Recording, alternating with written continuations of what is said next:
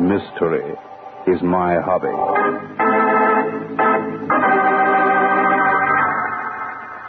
Ladies and gentlemen, Barton Drake speaking.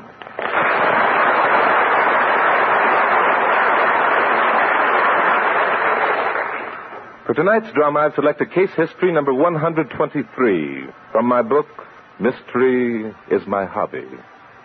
I call it Death Speaks with 10 Fingers.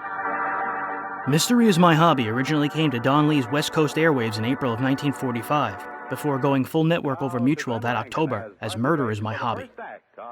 It starred Glenn Langan as Barton Drake, a police investigator and author of the book Mystery is My Hobby. Drake combined his professions by collecting material for stories while he solved crimes.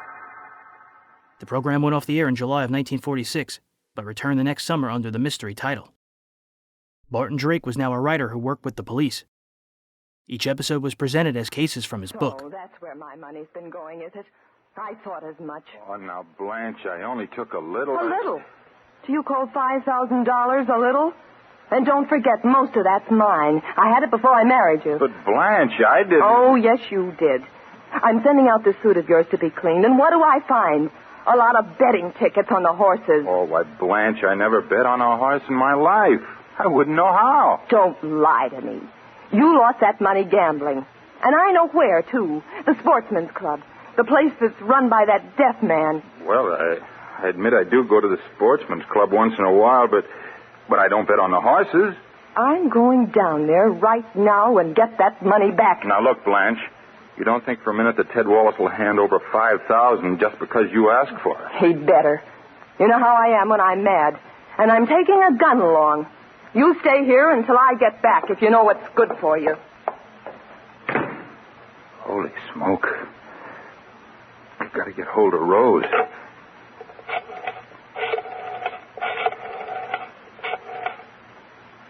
Rose? Guy. Hey, look, kid. Something's gone wrong. Yeah, she found him all right. But then, now, wait a minute. She didn't react like we thought she would. No. Well, she's coming down there to the club. Well, you better get him out of there. Yeah, you get out, too. Yeah, but I'm telling you, she's coming down there. She's coming down to kill your boss. The October 29th, 1947 episode was called Death Speaks with 10 Fingers and guest starred Barney Phillips, Gloria Blondell, Ken Christy, and Jean Vander Pyl, who was later famous as the voice of Wilma Flintsone. Just as soon as I could, guys. You got out before Blanche showed up? Oh, yeah. Got out? Ted, too, huh? Yeah. Gee, Rose, I'm sorry it worked out this way, but I just couldn't take your money all in a lump sum. She'd have had me thrown in the can. I never did think it'd work. I figured if I took it a little at a time, she'd think I spent it.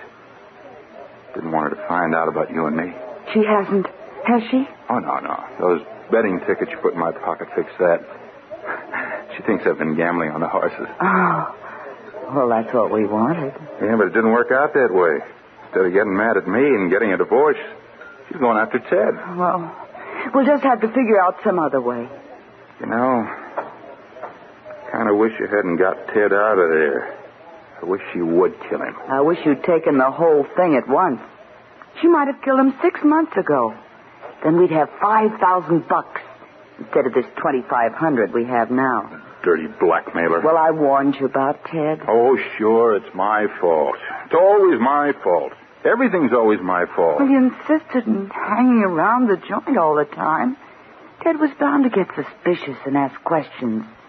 You know he's always looking for an angle where he can make money for himself. Well, how was I to know that a guy who couldn't hear her talk could find out anything? Well, he can read lips. Oh, you ought to know that. I know that now. So he makes you give him half the dough, or you'll go tell your wife. Where'd Ted go, do you know? Yeah. Over to Pete Millar's apartment. Pete Millar? Mm-hmm.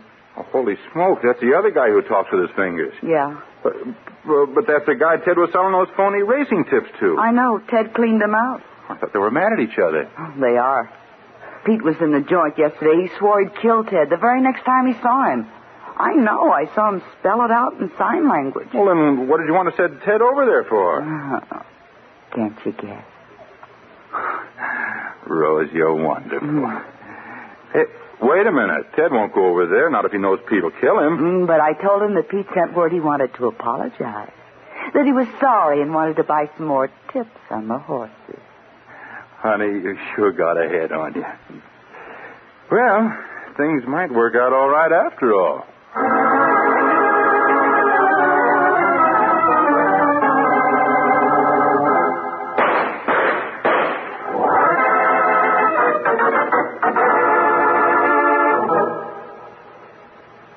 It's a nice spring day, still warm, even if the sun has gone behind the tall buildings that surround the police station.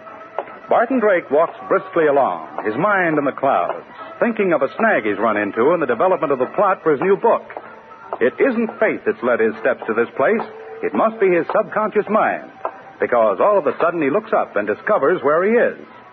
By George, the very thing. I did not think of it before. Well, that's the good inspector. Quickly, he runs up the steps, only to meet the good inspector who comes slamming out the door. Inspector, the very man I want to see. I can't stop now, Bart. I got a lot of business. Oh, now, Inspector, surely you can give me just a minute. I've given you many hours of my time. Well, what do you want? But make it snappy. I'm stuck, Inspector. In my new book, I want a murder to look like suicide. I want the victim to leave a suicide note. But there has to be a clue in the note that proves the thing to be murder. Things like that don't happen in real cases. Well, I got to be going. Inspector, surely in some of your cases you run into something like that. Look, Bart, we just got word of a double suicide, maybe a double murder, or a suicide and murder. How do I know? There are two dead people, and I haven't seen them yet. Well, maybe they laughed themselves to death, Not these two guys. Neither of them can hear or talk. Naturally, Inspector, nobody can when they're dead. These guys couldn't do it before they were dead. They were both deaf and dumb. You don't say. Who are they, Inspector? Ted Wallace, the guy who runs the sportsman's club. He's a bookie, you know. Yes, I know. And a friend of his with the name of Pete Millar. Well, where did it happen? In Millar's apartment. Neighbor heard 3 shots, peeked in the window, and saw 2 bodies stretched out on the floor. Now, that's all I know, so help me. And goodbye. I got work to do. Inspector, can't I come too? Now, look, Bart. This time it's strictly police business. But the setting, it's so bizarre. Look, Inspector, I've got to come along. Well, all right. If you'll promise just to stand around and watch. I promise, Inspector. Okay. I'll remember that. Thank you, Inspector. Come on.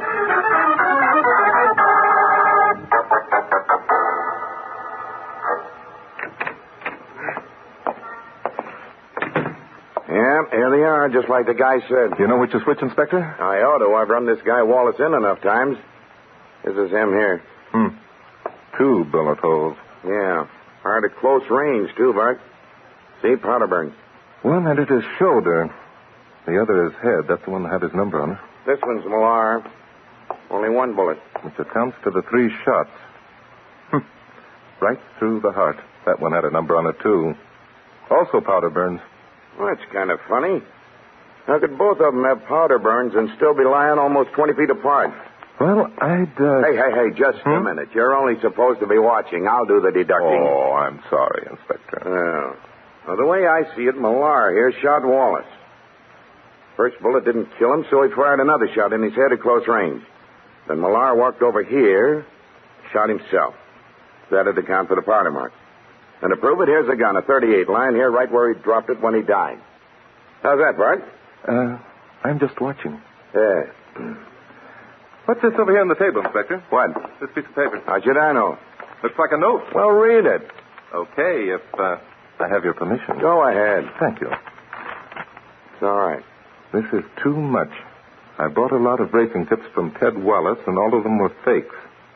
Wallace came here this afternoon, and I accused him. He said I was wrong, so I bought one more tip. It was for the 3rd race. Mm-hmm. To make sure, I made him stay here till the race had been run. The horse didn't win. This tip was a fake just like all the rest. So I killed him. Then I killed myself. I'm broke. I have no further reason to live. Goodbye. Signed, Pete Millar. See what I told you about? Checks. Yeah, it does, doesn't it? Inspector, what time did the neighbor hear the shots? 3:30, the guy said. That checks, too. Condition of the body shows that they've been dead about an hour. Mm-hmm. It's always handy to know the exact time the murder was committed. Murder and suicide, Bart. Yes, excuse me, Inspector. Murder and suicide. Well, you want to see any more? Sure. Now, don't rush me. Look, here's some cigar butts here in the ashtray. Mm-hmm. What does that prove? Well, that the gentleman smokes cigars. You're quite right, Inspector. it proves that these guys did just what the note says. They waited here quite a while for the race to be run. Well, I better look through their pockets. While you're doing that, Inspector, may I have your permission to make a phone call? Sure, go ahead. Thank you so much. Yeah. Here's something in Wallace's billfold. What, Inspector? Identification card. Says, in case of accident, please notify Miss Rose Pope, 3436 Bell Street. That's probably his girlfriend. Hello, Joe? Barton Drake speaking. Fine, thanks. Look, Joe, can you give me the exact time the third race finished? Now, look, Bart, don't try to gum this up. What was that? 3:24, huh? Now, look, Joe, that's the exact time on the minute. Thanks. Thanks very much, Joe. The third race was run at exactly 3:24, Inspector. And what does that prove? I don't know. I thought perhaps you'd like to know. Bart, you kill me. That checks again. Millar found out that his horse didn't win at 3:24. So he had his little argument, and he shoots Wallace about 5 or 6 minutes later. You can't fuddle this case up, Bart. It's in the bag. Yes. Don't you think we should go out and call on this Rose Pope, Inspector? What for? Well, if for no other reason than to comply with the dead man's last request that we notify her in case of an accident.